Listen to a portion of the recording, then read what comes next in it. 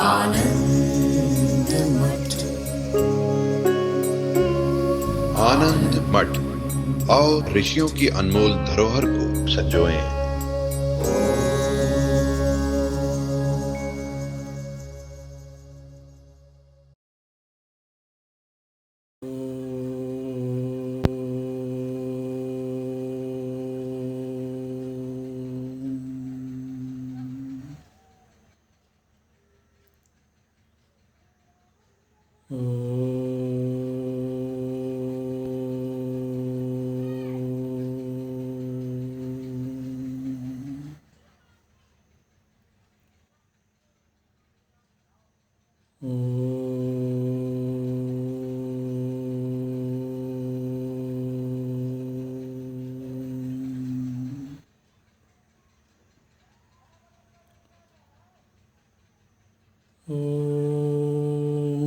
भद्रं कर्णेभिः शृणुयाम देवाः, भद्रं पश्येमाक्षभिर्यजत्राः, स्थिरैरङ्गैस्तुष्ट्वागुंसस्तनूभिः व्यशेम देवहितं यदायुः।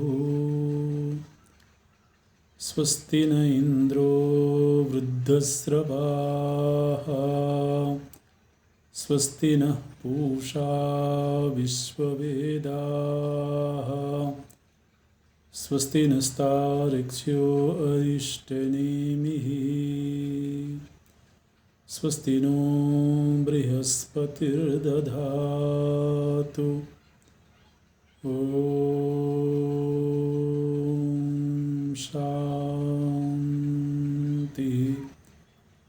शान्ति शान्तिः।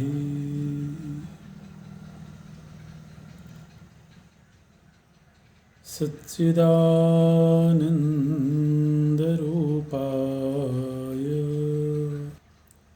विश्वोत्पत्त्यादिहेतवे तापत्रयविनाशाय श्रीकृष्णाय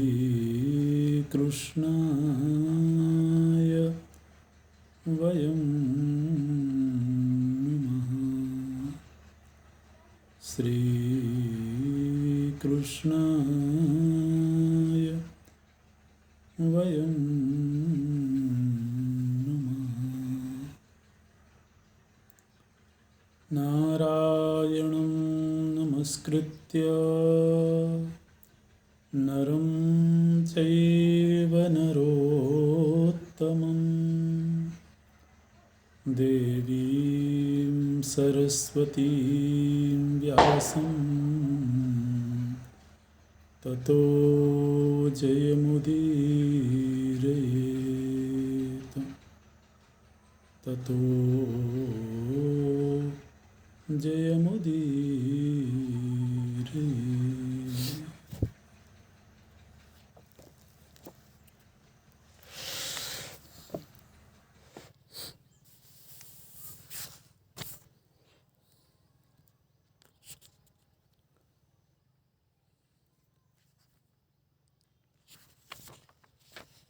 महाभारत युद्ध के 18वें दिन कौरव पक्ष की समूची सेना का संहार हो गया। सिर्फ 5 लोग बचे थे जो युद्धभूमि में थे। उनमें एक हैं कृपाचार्य जी, वो चिरंजीवी हैं। दूसरे हैं अश्वत्थामा, वो भी चिरंजीवी हैं। और तीसरे हैं कृतवर्मा, ये महाराज थे एक राज्य के। चौथा है दुर्योधन और 5वें संजय। संजय को कैद कर लिया गया था पांडवों की ओर से, लेकिन फिर भगवान वेदव्यास जी के अनुग्रह से उनको छोड़ दिया गया। दुर्योधन सर्वथा अकेला हो गया उस युद्ध भूमि में। उसका रथ नष्ट हो गया, सारथी मार दिया गया, एक भी अंगरक्षक, एक भी सैनिक उसका जीवित नहीं था। उस समय वह बहुत भयभीत हुआ है और वो पूर्व दिशा की ओर अकेले ही, पैदल ही, केवल गदा लिए हुए भागा है वो। और जाकर के वो एक सरोवर में प्रविष्ट हो गया। प्रविष्ट होने से पहले उसने संजय को बताया था कि मैं उस सरोवर में विश्राम करने के लिए जा रहा हूँ। और जितने भी कौरव शिविर की स्त्रियां थीं उनको युयुत्सु लेकर के गए हैं हस्तिनापुर। तो इस तरह से उनका शिविर पूरी तरह से वीरान हो गया।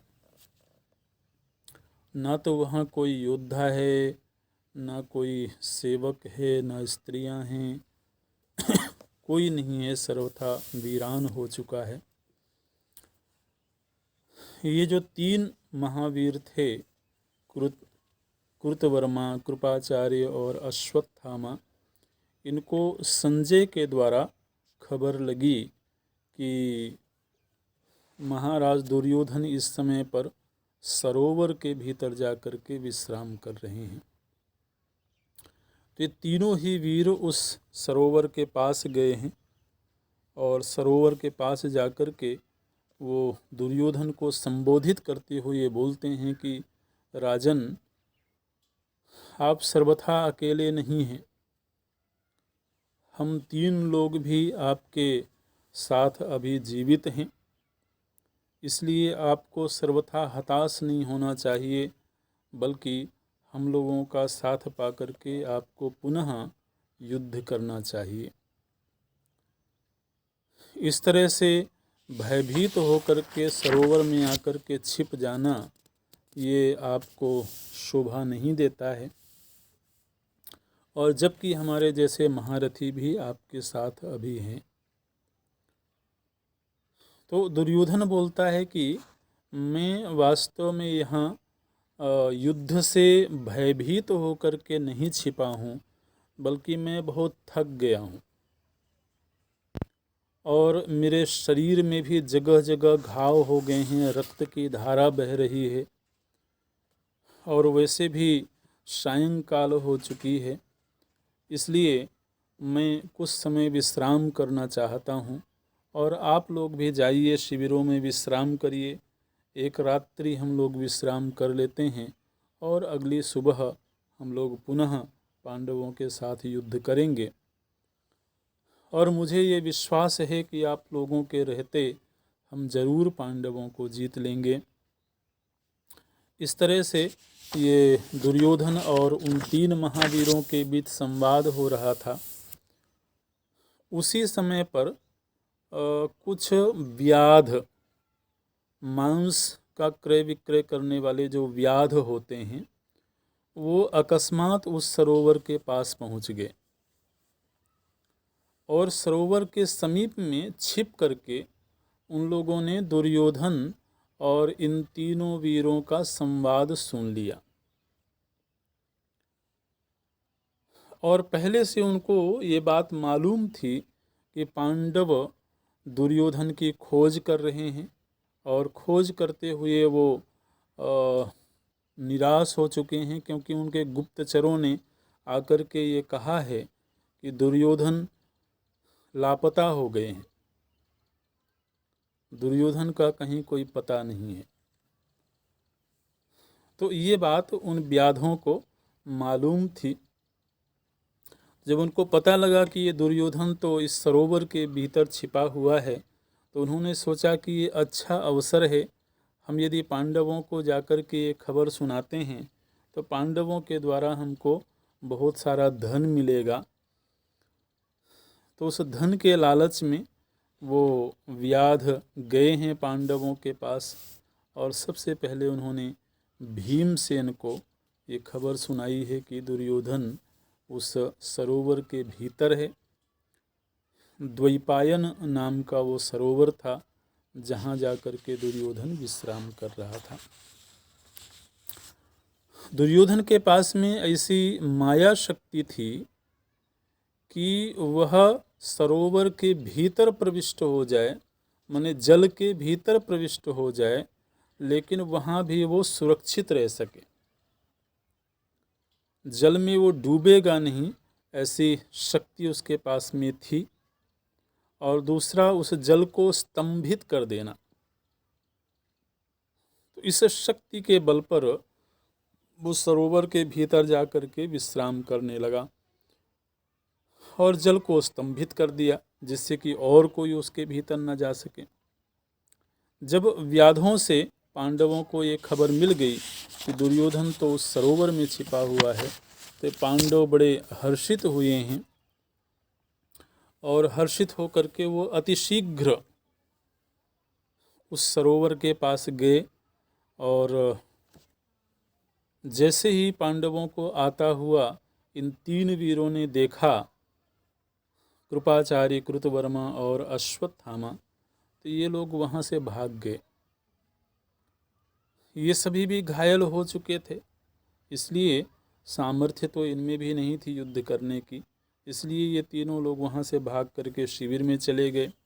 और फिर ये पांडव भगवान कृष्ण के साथ आते हैं उस सरोवर के पास में,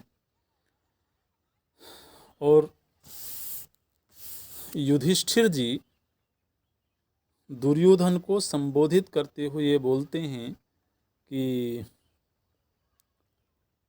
तुम ये कायरों की भांति इस जल के भीतर आकर के बैठे हुए हो, तो ये तुम्हारे जैसे वीर को शोभा नहीं देता है। तुम्हें आकर के युद्ध करना चाहिए। युद्ध में या तो तुम्हारी मृत्यु होगी तो स्वर्ग मिलेगा, और या तो जीत जाओगे तो तुम्हारा शासन तुम्हारे पास रहेगा। लेकिन इस तरह से कायरों की भांति छिप करके बैठना ठीक नहीं है। भगवान कृष्ण भी उसकी बड़ी अवहेलना करते हैं कि आज तुम इस तरह से यहाँ छिप करके बैठे हो, ये तुम्हारे जैसे वीर को शोभा नहीं देता है। और वैसे भी तुमने हमेशा छल का ही सहारा लिया, हमेशा माया का ही सहारा लिया, और आज भी तुम माया का सहारा लेकर के इस सरोवर के भीतर छिपे हुए हो, ये ठीक बात नहीं है। तो दुर्योधन सरोवर के भीतर से ही संवाद करता है पांडवों के साथ में और बोलता है कि युधिष्ठिर, मैं किसी प्राणी से डरता नहीं हूँ और आप लोगों से मैं बिल्कुल नहीं डरता हूँ, लेकिन इस समय पर ना तो मेरे पास में रथ है, ना तो मेरे पास में कोई आयुध है, ना तो मेरे कोई अंगरक्षक हैं। मैं सर्वथा अकेला हो गया हूँ और अकेला हो जाने के कारण मैं कुछ देर विश्राम करना चाहता था। तो विश्राम करने की इच्छा से मैं यहाँ सरोवर के भीतर आया हूँ, मैं कोई युद्ध से पलायन करके यहाँ नहीं आया हूँ। अच्छा, और फिर बोलता है कि युधिष्ठिर बोलते हैं कि इस समय पर विश्राम का वक्त नहीं है, तुम्हें युद्ध करना चाहिए। तो बोलता है कि देखिए, अब मेरे मन में युद्ध करने की कोई इच्छा नहीं रह गई है। इच्छा क्यों नहीं रह गई है? क्योंकि मेरे जितने भी सगे संबंधी थे प्रायः वो मारे जा चुके हैं। अब मैं अकेला हस्तिनापुर का राजा बनकर के भी क्या करूँगा? इसलिए अब ये जो राज्य सूना हो चुका है, इस सूने राज्य के तुम ही राजा बनो। अब मैं इस राज वैभव का उपभोग नहीं करना चाहता हूँ, क्योंकि यहाँ कोई बचा ही नहीं है। हमारे पितामह भीष्म नहीं बचे, जो छत्र की तरह हमारे संरक्षक थे। हमारे गुरु द्रोणाचार्य नहीं बचे। हमारा सबसे प्रिय मित्र कर्ण जीवित नहीं है। तो मेरे भाई सारे मारे जा चुके हैं, तो मैं सर्वथा अकेला हो गया हूँ।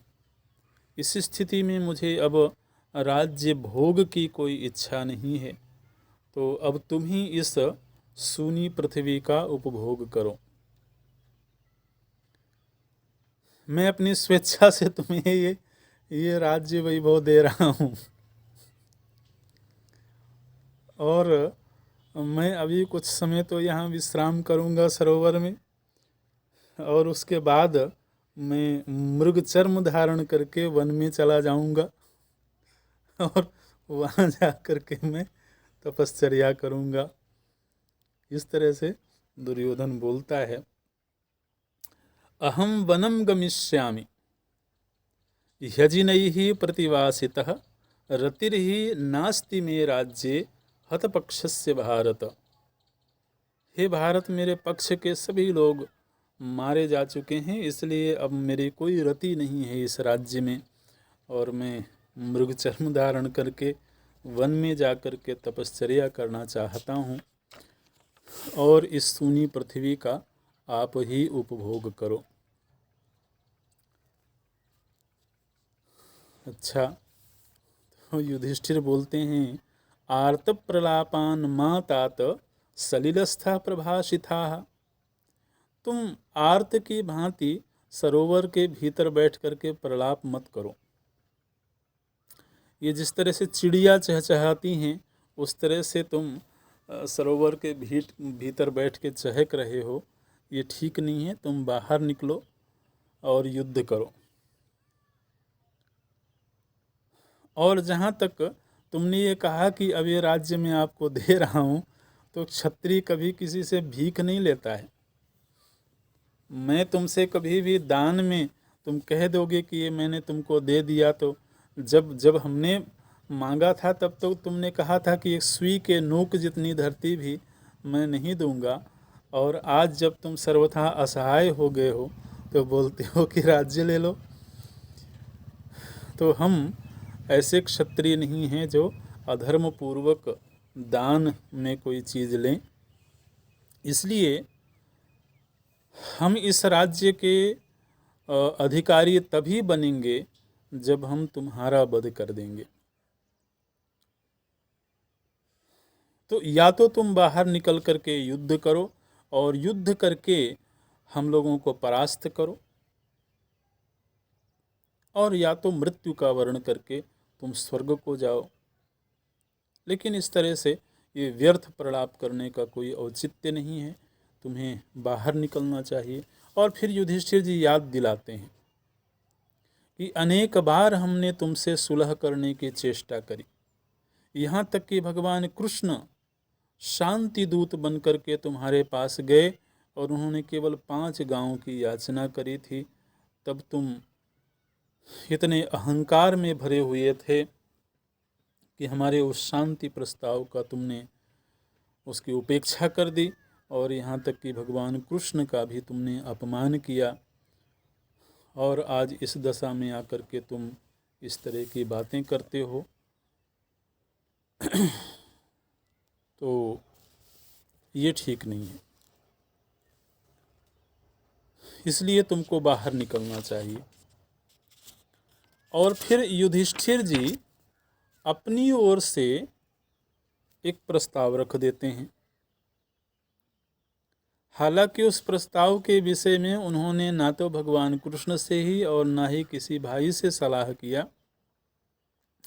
और उन्होंने सीधे प्रस्ताव रख दिया कि तुम सरोवर से बाहर निकलो और हम में से किसी एक से युद्ध करो।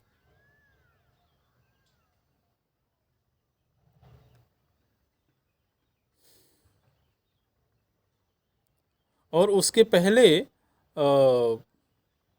जब ये बात कह रहा था कि मैं सर्वथा अकेला हो गया हूँ और आप सभी लोग एकत्र हैं और पांचों भाई आप लोग हैं, आपके अन्य महावीर आपके साथ में हैं, तो आप कैसे मुझे अकेले को युद्ध के लिए ललकार रहे हो। इस तरह से वो धर्म की दुहाई दे रहा था सरोवर के भीतर बैठे हुए ही। और वो कह रहा था कि आप लोगों को मालूम होना चाहिए कि इस समय मैं अकेला हूँ और ये धर्म का कोई नियम नहीं, ये कोई नियम नहीं है युद्ध का कि एक अकेले व्यक्ति के साथ में पूरी सेना युद्ध करे।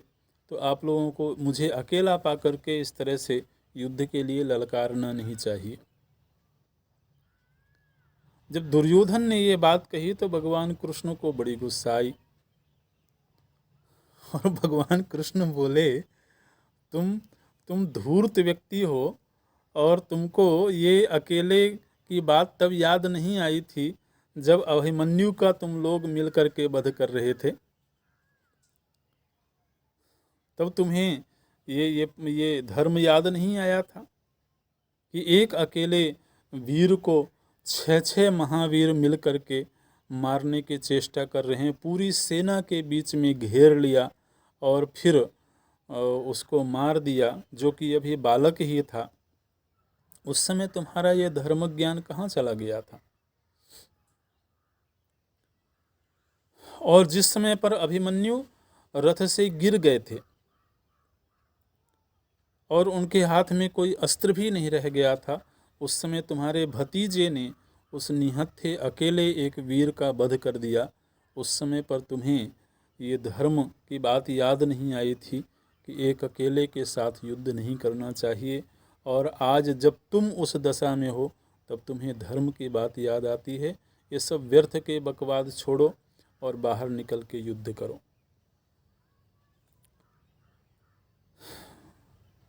ये सब संवाद होने के बाद युधिष्ठिर जी ने ये प्रस्ताव रखा। क्या प्रस्ताव रखते हैं कि तुम बाहर निकल के आओ और जैसा कि तुमने कहा कि तुम अकेले हो, तो मैं तुम्हारे सामने ये प्रस्ताव रखता हूँ कि तुम हम में से किसी एक के साथ ही युद्ध करोगे। हम सभी लोग मिलकर के तुम्हारे साथ युद्ध नहीं करेंगे, बल्कि तुम स्वयं चुनो कि तुम्हें किसके साथ में युद्ध करना है और तुम एक अकेले के साथ ही युद्ध करोगे। और मैं तुम्हें ये वर देता हूँ कि यदि हम में से तुम जिसका चुनाव करोगे, यदि उसको तुमने मार दिया, उसके ऊपर तुमने विजय प्राप्त कर ली, तो हम तुम्हारा राज्य तुम्हें वापस दे देंगे। फिर और कोई दूसरा तुमसे युद्ध नहीं करेगा। ये युधिष्ठिर जी ने उसके सामने प्रस्ताव रख दिया। दुर्योधन बोलता है कि यदि मुझे केवल किसी एक से ही लड़ना है तो मैं लड़ने के लिए सबसे पहले आयुध का चुनाव करता हूँ और वो आयुध होगा गदा। मैं गदा युद्ध करूँगा और आप जिस किसी को भी मेरे सामने करोगे उसी के साथ में गदा युद्ध करूँगा। इस तरह से जब ये प्रस्ताव स्वीकृत हो गया, ये बात तय हो गई, तब फिर वो उस सरोवर से बाहर निकला है। उसके हाथ में बहुत विशाल का एक लोहे की गदा है। उस गदा को लेकर के वो बाहर निकला है और बाहर निकल कर के बोलता है कि आप एक एक करके भी मेरे साथ में युद्ध कर सकते हैं, अथवा कोई एक भी केवल मेरे साथ युद्ध कर सकता है, और वो एक कौन होगा ये आप लोग ही चुनाव कर लो। इस तरह से ये जब बातें तय हो गईं और फिर ये लोग चले हैं उस सरोवर से दूर युद्ध स्थल की ओर, उस समय पर भगवान कृष्ण युधिष्ठिर जी को थोड़ा फटकारते हैं बोले युधिष्ठिर, ये आपने बिना सोचे समझे ही ऐसा प्रस्ताव रख दिया, ये आपको नहीं रखना चाहिए था। दुर्योधन के पराक्रम से आपको परिचित होना चाहिए था, और मुख्य रूप से गदा युद्ध में इस समय पर इस धरती पर गदा युद्ध में दुर्योधन के समकक्ष कोई नहीं है, ये भगवान बोलते हैं। बोले भीमसेन बलवान अवश्य हैं और गदा युद्ध में उनको महारत भी हासिल है, लेकिन दुर्योधन ने गदा युद्ध का अभ्यास भीमसेन से ज्यादा किया है। तो जो योद्धा जिस विशेष अस्त्र में जितना ज़्यादा अभ्यास किया होता है, उसको उतनी ही ज़्यादा कलाएं मालूम होती हैं, उतने ही उसको पैंतरे मालूम होते हैं। युद्ध तो एक कला है ना, उसमें तो पैंतरेबाजी होती है, उसमें तो छल होता है। उस सीधे सीधे आमने सामने तो युद्ध होता नहीं। तो भगवान कृष्ण बोलते हैं कि निश्चित रूप से भीमसेन गदा युद्ध में दुर्योधन के बराबर हैं, लेकिन दुर्योधन ने अभ्यास ज़्यादा किया हुआ है। इसलिए मैं समझता हूँ कि दुर्योधन के समकक्ष इस समय धरती पर कोई नहीं है।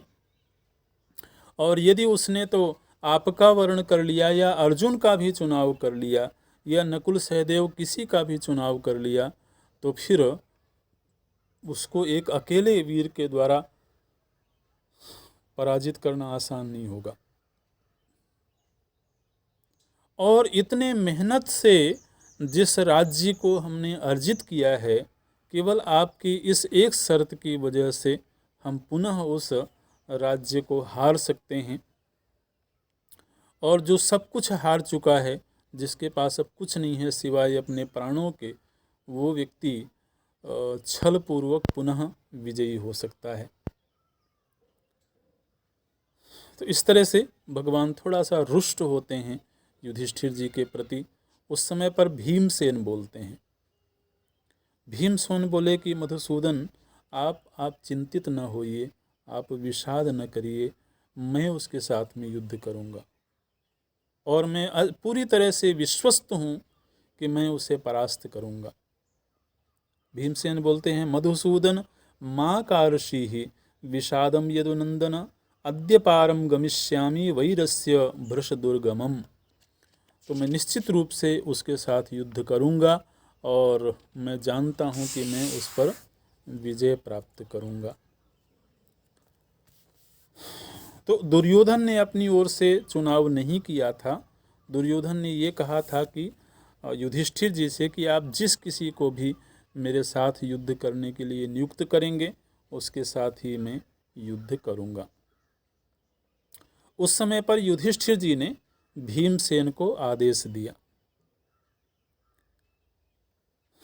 कि भीमसेन, तुम दुर्योधन के साथ में गदा युद्ध करोगे, और भगवान कृष्ण की भी उसमें सम्मति है। तो इस तरह से भीमसेन भी अपनी गदा उठाते हैं और फिर दुर्योधन को ललकारते हैं, और दोनों ही अपनी अपनी गदाएं लेकर के युद्ध भूमि की ओर चल पड़े। जबकि अब युद्ध आरंभ ही होना है, गदा युद्ध आरंभ होना है, और तय शर्त के अनुसार केवल इस द्वंद्व युद्ध में जो भी विजयी होगा, यह हस्तिनापुर उसी का होगा।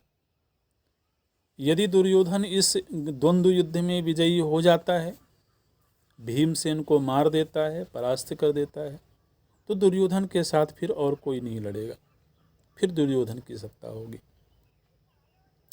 और यदि दुर्योधन मारा जाता है तो फिर पांडवों की सत्ता होगी। इस शर्त के साथ में अभी युद्ध बस आरंभ ही होना है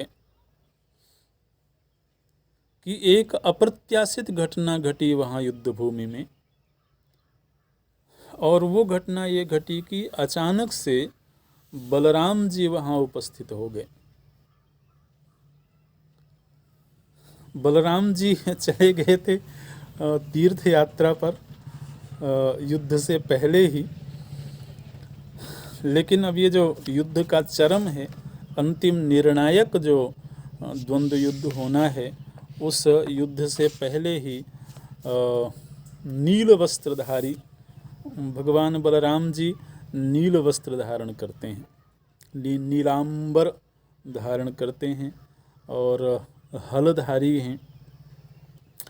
तो श्री बलराम जी वहाँ युद्ध भूमि में उपस्थित हुए अपने 2 शिष्यों के साथ में।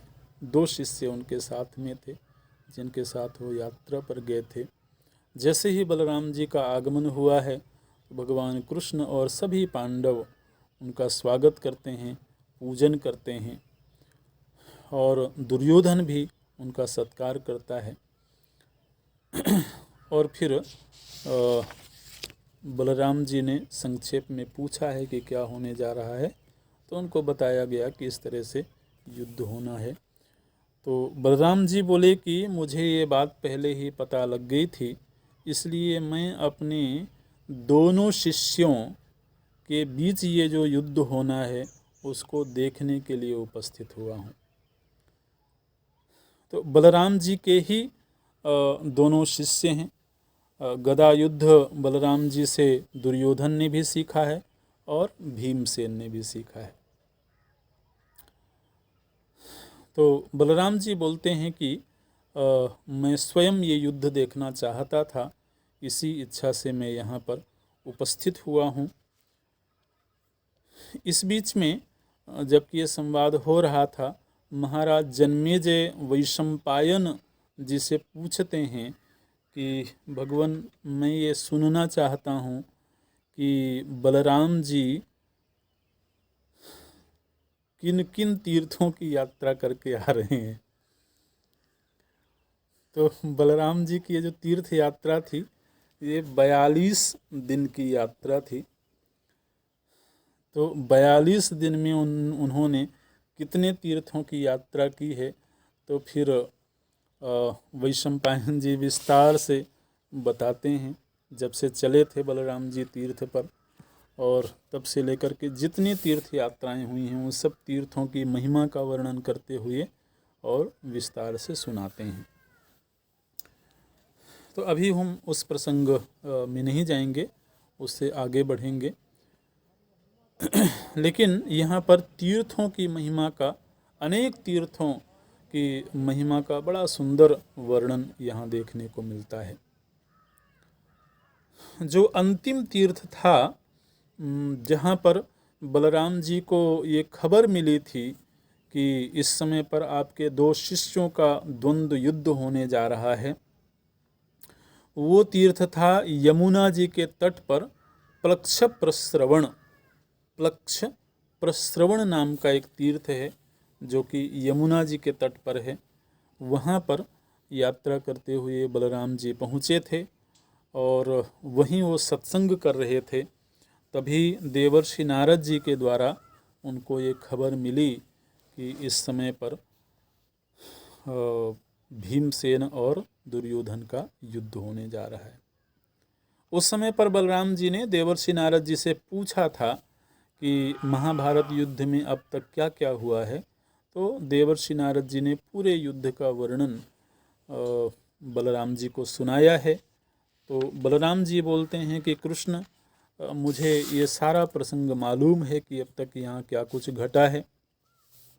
और जैसे ही देवर्षि नारद जी ने मुझे ये खबर सुनाई कि भीमसेन और दुर्योधन का युद्ध होना है, तो तत्क्षण ही मैं वहाँ से यहाँ आया हूँ ये युद्ध देखने के लिए। अच्छा, अब बलराम जी बोलते हैं कि देखिए, मैंने एक तीर्थ की बड़ी महिमा सुनी है और वो तीर्थ यहीं कुरुक्षेत्र में है। उसका नाम है समंत पंचक। समंत पंचक नाम का एक तीर्थ है। तो मेरी इच्छा है कि आप सभी लोग पहले वहाँ चलें। और उस तीर्थ की यात्रा करने के बाद ही फिर ये गदा युद्ध आरंभ होगा। इस तरह से तो बलराम जी की इच्छा अनुसार सभी पांडव और दुर्योधन भी समंत पंचक तीर्थ में गए हैं। वहाँ तीर्थ में जाकर के उन्होंने स्नान दान आदि किया है और वहीं पर गदा युद्ध की भूमि तैयार की गई है और उस भूमि में फिर दोनों का युद्ध आरंभ हुआ। घोर युद्ध होता है दुर्योधन और भीमसेन के बीच में। इस बीच जब बलराम जी ने ये प्रस्ताव रखा था कि समंत पंचक तीर्थ में चलना चाहिए, तो उनका एक ये भाव भी दिखाई देता है कि वास्तव में ये सभी वीर बहुत थक चुके थे, इनको अभी विश्राम नहीं मिला था। और दुर्योधन ने तो कहा ही था कि मैं विश्राम करने के लिए सरोवर के भीतर आया हूँ, लेकिन युधिष्ठिर जी ने मना कर दिया कि अभी विश्राम का वक्त नहीं है। तो बलराम जी के भीतर थोड़ा वात्सल्य का भाव आया, तो उनको लगा कि थोड़ा तो इस यात्रा के बहाने इन लोगों को विश्राम मिल जाएगा तो अच्छा रहेगा, क्योंकि बलराम जी का प्रेम दुर्योधन के प्रति भी है और भीमसेन के प्रति भी है। तो उस विश्राम के निमित्त से ये तीर्थ यात्रा हुई है। और फिर दोनों ही, दुर्योधन के पास में कुछ भी नहीं बचा था, कवच भी नहीं था, शिरस्त्राण भी नहीं था, तो युधिष्ठिर जी ने वो सब दुर्योधन को दिए हैं। युधिष्ठिर जी ने कहा कि हम अपनी ओर से धर्म युद्ध करना ही पसंद करते हैं। तो गदा तो दुर्योधन की अपनी थी उसके पास में, लेकिन अन्य जो कवच आदि थे वो युधिष्ठिर जी ने दुर्योधन को दिया। और फिर भीमसेन और दुर्योधन दोनों का गदा युद्ध आरंभ होता है और भयावह गदा युद्ध होता है। जब भी दोनों गदाओं की टंकार होती है, अब आप सोचिए कि लोहे की बनी हुई वो गदाएं हैं और वो भी विशालकाय गदाएं हैं, तो जब वो आपस में टकराती हैं तो घोष होता है, पूरा वातावरण वहाँ का झंकृत हो जाता है। और जैसा कि भगवान कृष्ण ने कहा था कि दुर्योधन ने अभ्यास ज़्यादा किया हुआ है गदा युद्ध में, और वो उस युद्ध के दौरान दिखा भी। दुर्योधन उस युद्ध में ऐसी चालें भी चलता था, ऐसे भी पैंतरे बदलता था जो भीमसेन को नहीं आते थे। और इससे कई बार ऐसा लगता था कि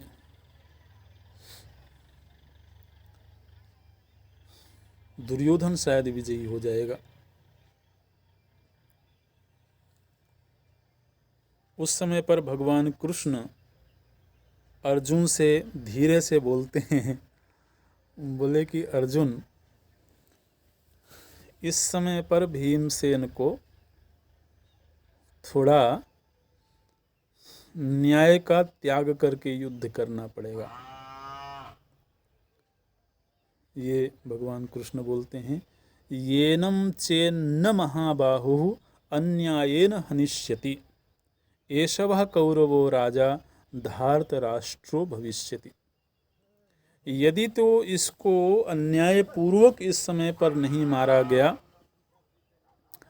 तो मुझे ये अंदेशा है कि ये पुनः कौरव कुल का राजा बन जाएगा।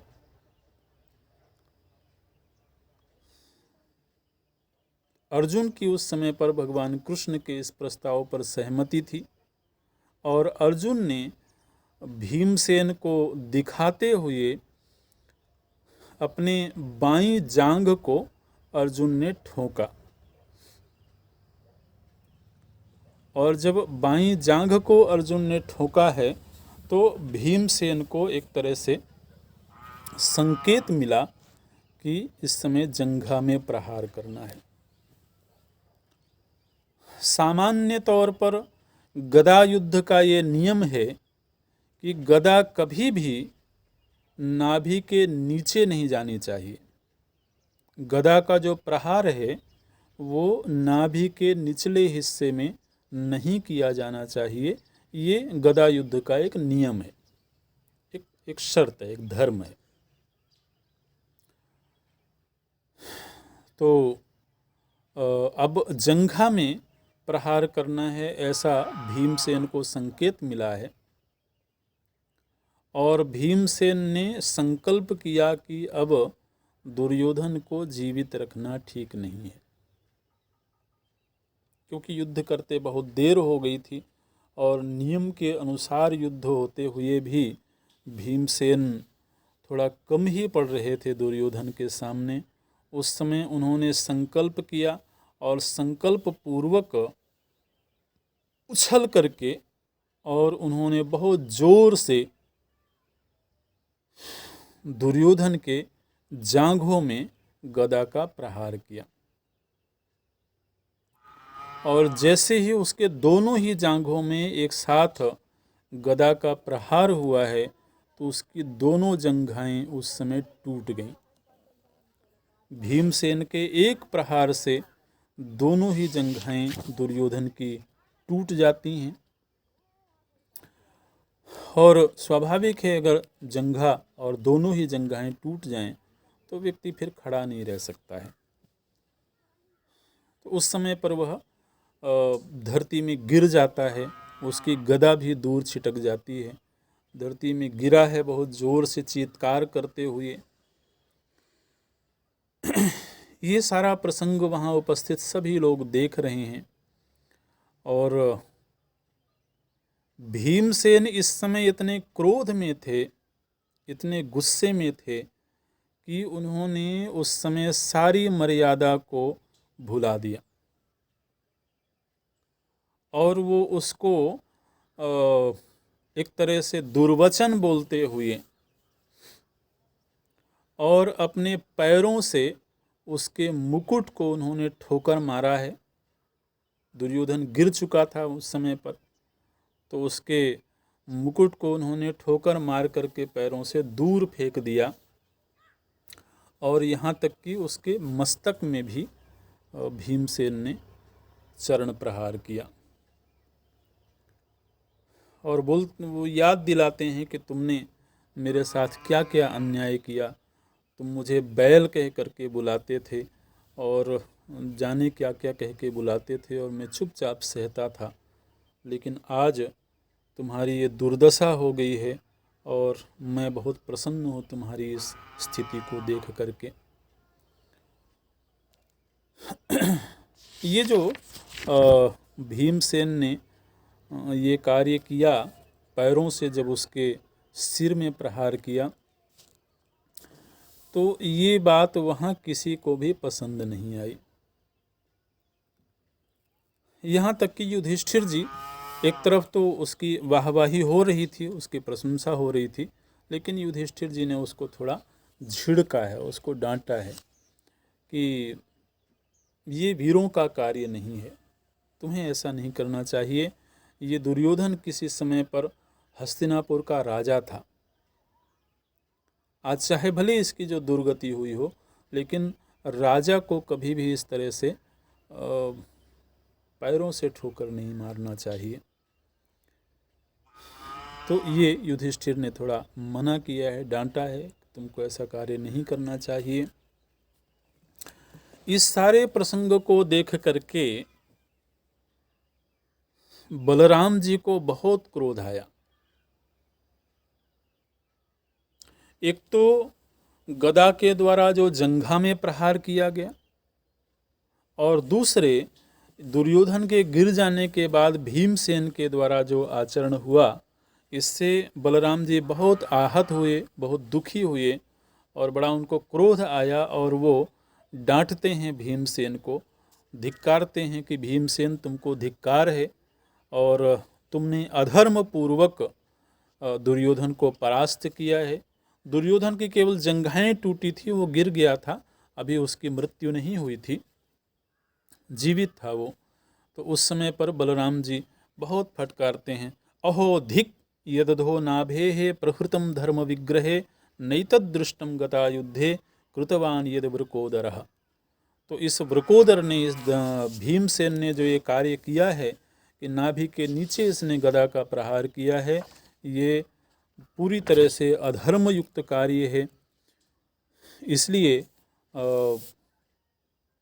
बड़े क्रोध में आ गए और उन्होंने अपना हल उठा लिया और बोले कि इस समय मैं भीमसेन का वध करूंगा। और भीमसेन के ऊपर आक्रमण करने के लिए बलराम जी अपना हल लेकर के और आगे बढ़े ही थे कि भगवान कृष्ण दौड़ करके उनको बाहुओं में भर के पकड़ लेते हैं, रोक लेते हैं।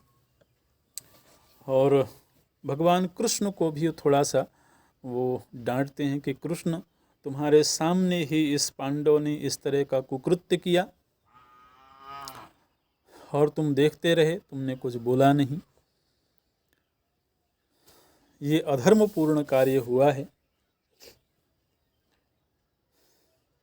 अब भगवान कृष्ण तो भगवान है, वो बोलते हैं भैया मेरी समझ से ये अधर्मपूर्ण कार्य नहीं हुआ है। क्यों नहीं हुआ है? बोले पहले तो आप कृपा करके शांत हो जाइए और आपको इस तरह से उग्र होकर के पांडवों के वध के विषय में नहीं सोचना चाहिए। पांडवों ने कभी भी अधर्म का मार्ग नहीं चुना है।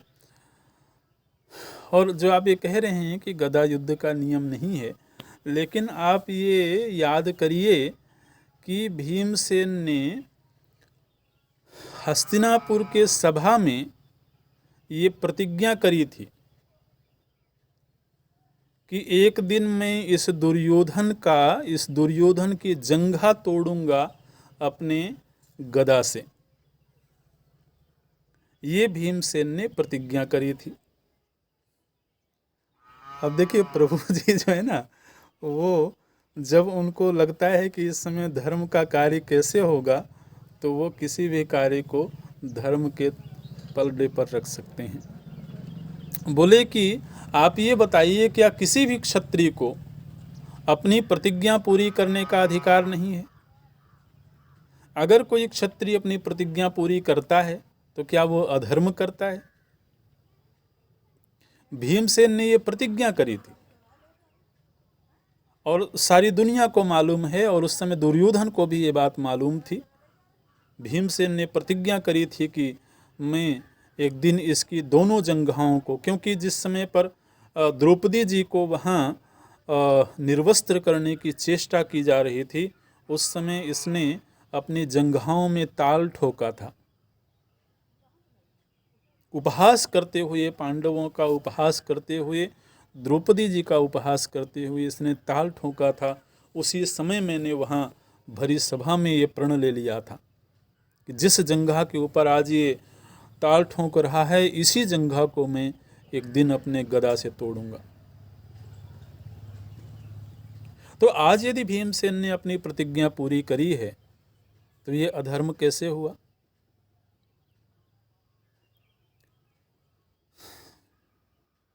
बलराम जी का क्रोध अभी तो शांत नहीं हुआ था पूरी तरह से। बोलते हैं कि कृष्ण, तुम भी इन्हीं की तरह क्रोध में आकर के चीज़ों को सोचते हो और ये ठीक नहीं है, गदा युद्ध का नियम नहीं है। बहुत कुछ बोलते रहे, लेकिन अब भगवान कृष्ण का जो संकल्प है वही सर्वोपरि है। भगवान कृष्ण का संकल्प ही धर्म है। धर्म की अंतिम जो व्याख्या है वो ये है कि भगवान क्या चाहते हैं। तो अंततः बलराम जी को उन्होंने समझाया है, और बलराम जी को क्रोध तो बहुत था, क्रोध शांत नहीं हुआ था। उन्होंने कहा कि अब इस तरह का यहाँ अधर्म कार्य हो रहा है तो मैं यहाँ रहूँगा ही नहीं।